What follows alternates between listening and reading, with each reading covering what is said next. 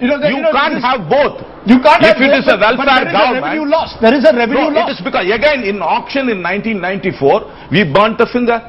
Okay, they could not pay the money, therefore the switch over to the revenue regime. I want to come back to it. Subramanian Swamy, are you willing to concede that in the case of Raja, you still have to actually prove the loss? When you ask for sanction to prosecute, as you've asked in the Supreme Court, you're going to have to prove exactly Raja's crime?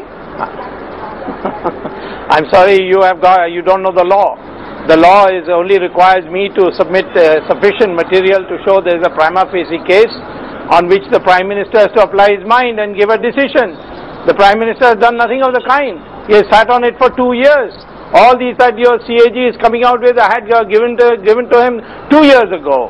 Right. So the issue is, only in the court these things can be proved. Right. And it's no use blaming Mr. Manmohan Singh, because after all, there are so many sacred cows for the media in the UPA. Okay. They are also playing a role behind the scenes. Okay. You got to take them also into account. After all, Raja is not the only one who's got the money. So many others have got the money, and they are more powerful than the Prime Minister today. Let me ask that to Cho.Ramaswamy. Cho.Ramaswamy, while we target Mr. Raja, it's obviously, seen by many as an institutional problem, a systemic problem. Do you believe it's fair to target Mr. Raja only? Or should, if at all, the investigation must involve all those who are beneficiaries, the corporates, the bureaucrats, the fixers, all of them must be targeted in this, if Manmohan Singh has to redeem his credibility? And shielding Raja is not the way to bring all of this out. Right. Prosecuting Raja is the way to bring all of this out. Tackle Raja. Everything else, let all the skeletons fall down. You must do that. So much is being talked about the earlier licenses and all that. When earlier the licenses were given, at one point, those who got the licenses were not able to pay the government. Right. So the government had again to intervene and then ask them to pay a percentage of the revenue. Right. That was the situation then. Now it is not like that when Raja was handling it. So you're saying there's a difference between 99 and 2007. You cannot apply the rules of 99 to 2007. Definitely. That is why I say let Raja sell his properties at the 99 right now. Will he do it? Well, the Prime Minister apparently told him somebody has told the Prime Minister apparently told him this, and Raja did not listen to the Prime Minister, it appears. Yes, he has not listened to the Troy either. So much is being talked about the Troy. Right. The Troy had asked him not to do this. Okay. What about that? Mr. Ganpati denies that. Mr. Ganpati believes that Troy did not ask him that. Try time and again. There were 5 recommendations right from 2003 till date. 2005, 2007, 2010. In none of these recommendations that auctions were put off. They made it very clear the bottom line is please, the distribution of 2G spectrum cannot be done by auction. Okay. This is a clear direction from the Troy.